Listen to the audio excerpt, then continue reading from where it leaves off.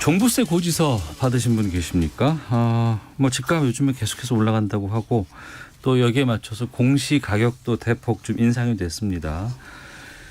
그러면서 이제 종부세 부과 시기가 됐고 공포다, 종부세 폭탄이다. 이런 보도들도 계속해서 나오고 있습니다. 포털에서도 뭐 엄청나게 지금 이런 뉴스도 쏟아지고 있는데 여기에 대해서 좀 짚어보겠습니다. 김성환의 뉴스 소다 KBS 제일 라디오 저녁을 책임지는 시사의 진행자 시사평론가 김성환 씨와 함께 종부세 살펴보죠. 어서 오세요. 네, 안녕하세요. 예. 예전에 보다 종부세 대상자가 올해는 많이 늘었다면서요?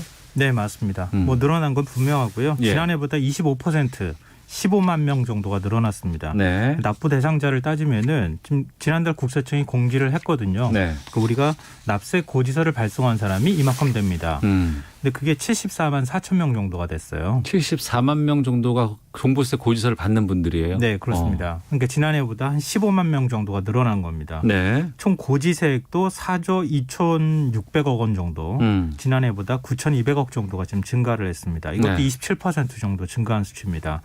우리나라 주택 소유자가 1,433만 명 정도 되거든요. 1,400만? 네, 이 가운데 4.7%가 종부세 대상이라는 얘기가 됩니다. 그러니까 7%가 좀 넘는다는 거죠? 네, 4.7%. 아니, 그 73만 명?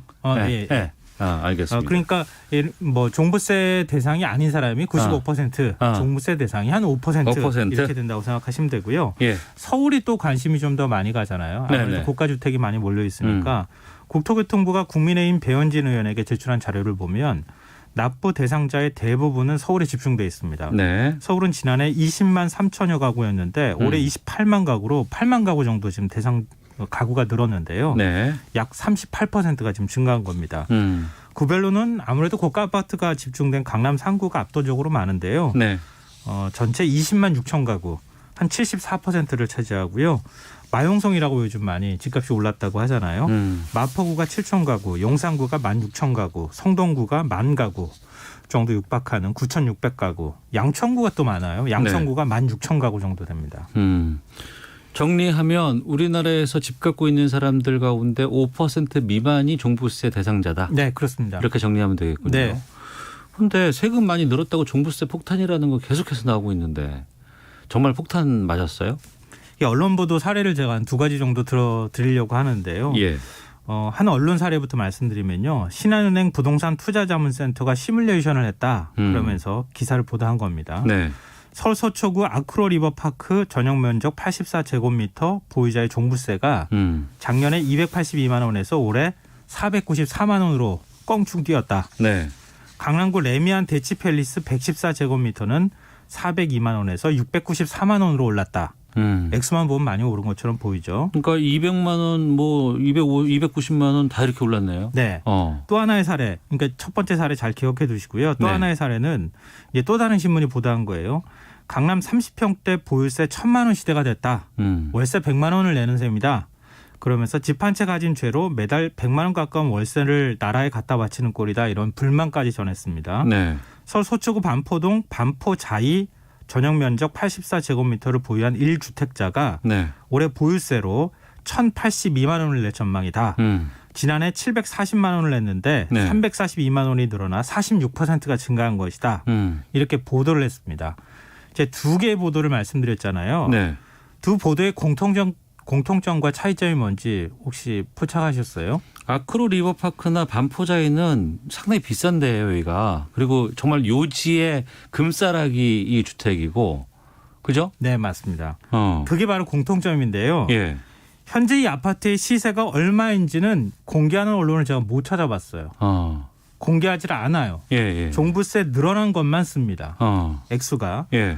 또 다른 한 곳은 종부세와 재산세를 합한 보유세를 따졌다는 겁니다. 그러니까 보유세는 재산세 플러스 종합부동산세를 합친 게 보유세 아닌가요? 네, 그렇죠.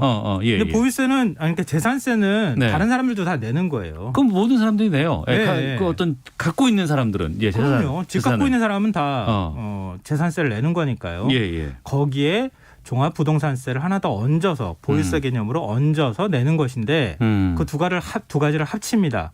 그럼 액수가 껑충 뛰는 것처럼 보이잖아요. 그러니까 재산이 다른 데 또 있었을 것도 있을 거 아니에요. 그렇죠. 것도. 그런 것도 감안을 해야 되는 것인데 일단 사례로 든 거는 그렇다는 거예요. 예. 그게 이제 둘 간의 보도의 차이라는 겁니다. 그러니까 1,000만 원이라고 하는 얘기는 보유세 개념으로 재산세하고 종부세까지 다 합친 금액 좀 더 액수가 크게 보이기 위해서 일부러 그렇게 한 측면이 있고 한쪽은 종부세만 따지니까 액수가 훅 줄어든 것처럼 보인다는 거예요. 예. 그럼 하나씩 따져 주세요, 좀. 네. 예. 서초구 아크로리버 전용 면적 85제곱미터 시세가 얼마쯤 될까요?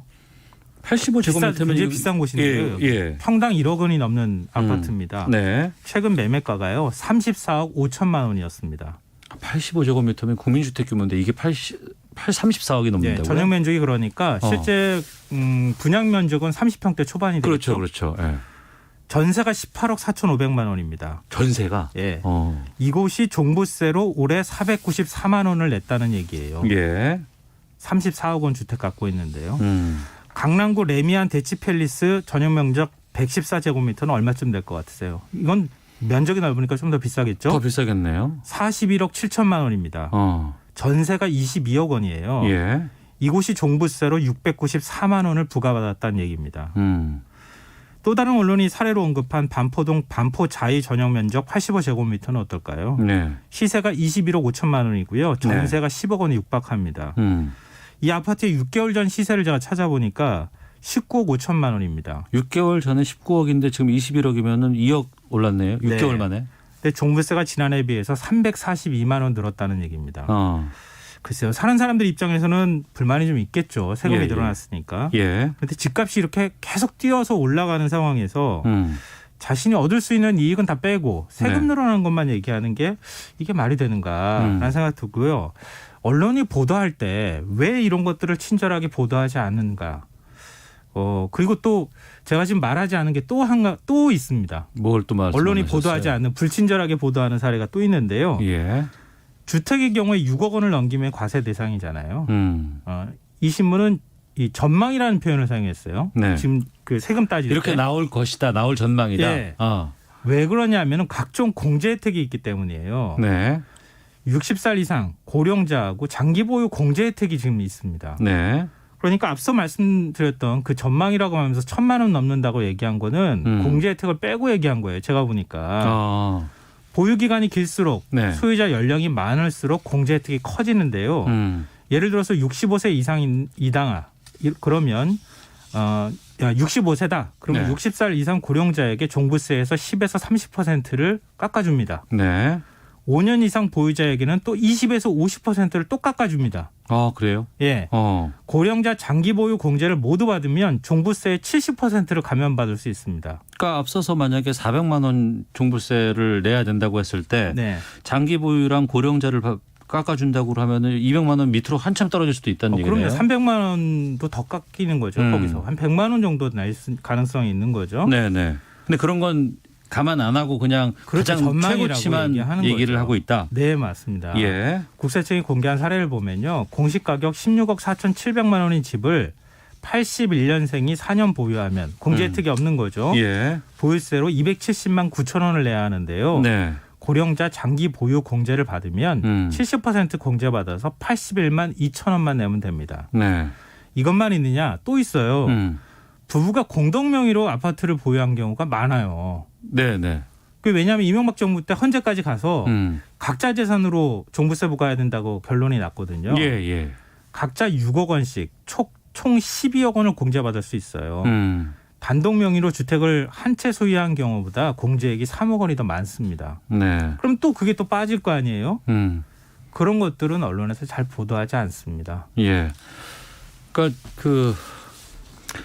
그런 얘기 하시는 분들 있어요. 그러니까 나는 집만 갖고 있었다. 나는 이 집을 사갖고 그냥 갖고 있는데 집값이 갑자기 오르더라. 이게 내 탓이냐.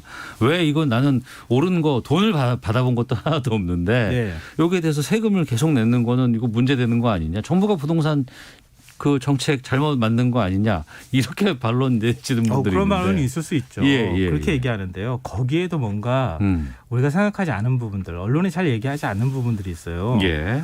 갑자기 종부세가 두세 배씩 뛰지는 않아요. 지금 앞서 숫자를 제가 말씀드리니까 우와 종부세 폭탄이네. 막 뭐 2배 3배 올랐대. 뭐 그런 얘기들 많이 나오잖아요. 예. 이렇게 얘기하는데요. 이 예. 얘기 들으시면 좀 생각이 달라지실 거예요. 지역별로 집값이 올라도 상한선 이상 세금이 늘지 못하도록 하고 있어요.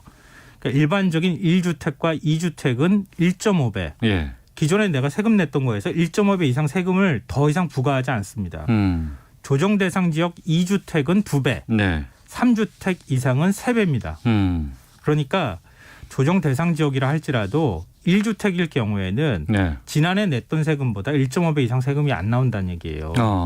그러니까 2주택인 경우나 3주택인 경우에는 2배, 3배 이렇게 세금이 더 늘어날 수 있지만 그 다주택자니까. 네. 예. 근데 1주택 경우에는 그렇게까지 세금이 늘어나지는 않는다는 겁니다. 그리고 또 이제 이럴 때 보면은 뭐 지금 올해가 그렇고 내년은 더 문제다 이런 얘기 많이 나오잖아요. 네네. 그거는 좀 걱정할 수 있는 부분이 있어요. 예. 두 가지 이유 때문인데요. 종부세는 공시가격 기준이잖아요. 그렇습니다. 1가구 1주택자는 9억 원, 시세로 12억 원을 초과하는 분에 대해서 과세를 하는 건데요. 예. 혼동하시는 분들이 있는데 12억 원에 대해서 과세하는 줄 아세요. 그게 아니라 9억 원을 초과하는 3억 원. 예. 여기에 대해서 과세를 하는 겁니다. 그럼 만약에 집이 9억 2천만 원이다. 공시가가 그러면은 9억을 제외한 2천만 원에 대해서 나오는 거예요? 그렇죠. 굳이 따지자면. 예. 근데 종부세율은 0.5에서 3.2%가 적용되고 이게 또 공정시장 가액이라는 걸 또 그 사이에 감안을 하거든요. 네. 예를 들면 공시가격 12억 원인 아파트면은 9억 원을 뺀 3억 원에 대해서 과세를 하는데 그냥 하는 게 아니라 공정시장 가액이라는 걸 감안합니다. 이게 지금 90%예요. 그러면은 90%를 그 액수에서 뺀 그 금액에 대해서만 과세 표준이 되는 건데요. 그럼 2억 7천만 원이 돼요. 3억 원에서. 네. 3천만 원이 빠지는 거죠. 여기에 종부세 세율을 곱해서 계산하면 내야 할 세금이 됩니다. 왜 이걸 말씀드리냐면은 공시가격 현실화율이 아파트는 지금 70%가 안 되잖아요. 네. 이걸 5년에서 10년 사이 한 90%까지 끌어올리게 되죠. 그러면은 집값이 올라가니까 세금이 늘어나겠죠. 네. 그리고 종부세율이 내년부터는 0.5에서 2.7 지금 현재 이건데 0.6에서 3.0까지 갑니다. 그러니까 곱해야 될 세율이 늘어나니까 당연히 세금이 늘어나는 효과가 나타나겠죠. 다주택자의 경우에는 최고 세율이 6%까지 높아집니다. 공정시장 가액 비율 제가 앞서 90%라고 말씀드렸잖아요. 네. 이게 내년에는 95%로 올라갑니다. 2022년에는 100%로 올라가거든요. 그러니까 앞으로 주택 가격이 크게 하락하지 않는 이상 세금이 줄어들 일은 없을 것이다 라고 생각하시면 될 것 같아요. 특히 부동산 투기 목적으로 사신 분들은 진짜 세금 폭탄 맞을 수 있습니다. 청취자 의견 좀 소개해 드릴게요. 송문방님께서 현 시세 가격을 표기해야 하고 어울려 1년 동안 부동산 가격 오른 것도 알려줘야 말이 되죠. 말씀에 공감합니다. 손여경님은 집값 많이 올랐다면 세금도 그만큼 내야죠. 합리적으로 부과해야 합니다. 차제국님은 아파트값 올랐다고 당장 팔 수 있는 것도 아닌데 1가구 1주택자에게 종합부동산세를 과도하게 부과한다면 안 됩니다. 라는 의견도 주셨습니다. 우리나라가 특히 이제 뭐 재산세 얘기도 있었고 옛날에 보면은 그 갖고 있는 것에 대한 세금은 참 박했었다라는 얘기들 예. 참 많이 했어요. 뭐 지금 뭐 종부세 폭탄이다, 뭐 조세 저항 있다라고 막 얘기하는 부분들도 있습니다만 또 소득이 있는 곳에 세금이 있는 건 맞는 것이고 또 한편으로는 그럼 집값이 떨어지면은 시세도 좀 떨어지고 그럼 종부세도 더 줄을 거 아니에요. 네, 그렇죠. 역으로 그렇게 돼야 되는 거죠. 그러니까 어떻게 그런 우리가 좀 경우는 정리를 별로 해야 없어서 그런 될까요? 거지만. 예. 근데 이제 왜 제가 이런 걸 꼬치꼬치 말씀드리냐면요. 우리 부동산 자산이 거의 자산의 대부분을 차지하잖아요. 네. 그리고 우리나라 상위 10%가 우리나라 소득의 43%를 가져가고요. 전체 자산까지 합칠 경우에는 60%가 훌쩍 넘습니다. 그렇게 차이 양극화가 심하군요. 예. 그 양극화를 어떤 방식으로든 재분배하고 보정해야 되는 일들을 해야 된다는 건데요. 지금 최근에는 증여가 굉장히 활발하게 이루어지고 있어요. 네. 2030 세대 영끌이라고 얘기하는데 그건 정말 소수의 얘기입니다. 그러니까 세금 내느니 난 주겠다. 파느니 줄겠다. 예. 서울 강남 서초 송파 강남 상구 증여 건수가 지난해 1,300에서 500건이었는데 올해는 벌써 2,600건 가까이 돼요. 네. 그럼 이걸 어떻게 그러면 자산 재분배할 거냐? 결국 세금일 수밖에 없다는 거예요. 네.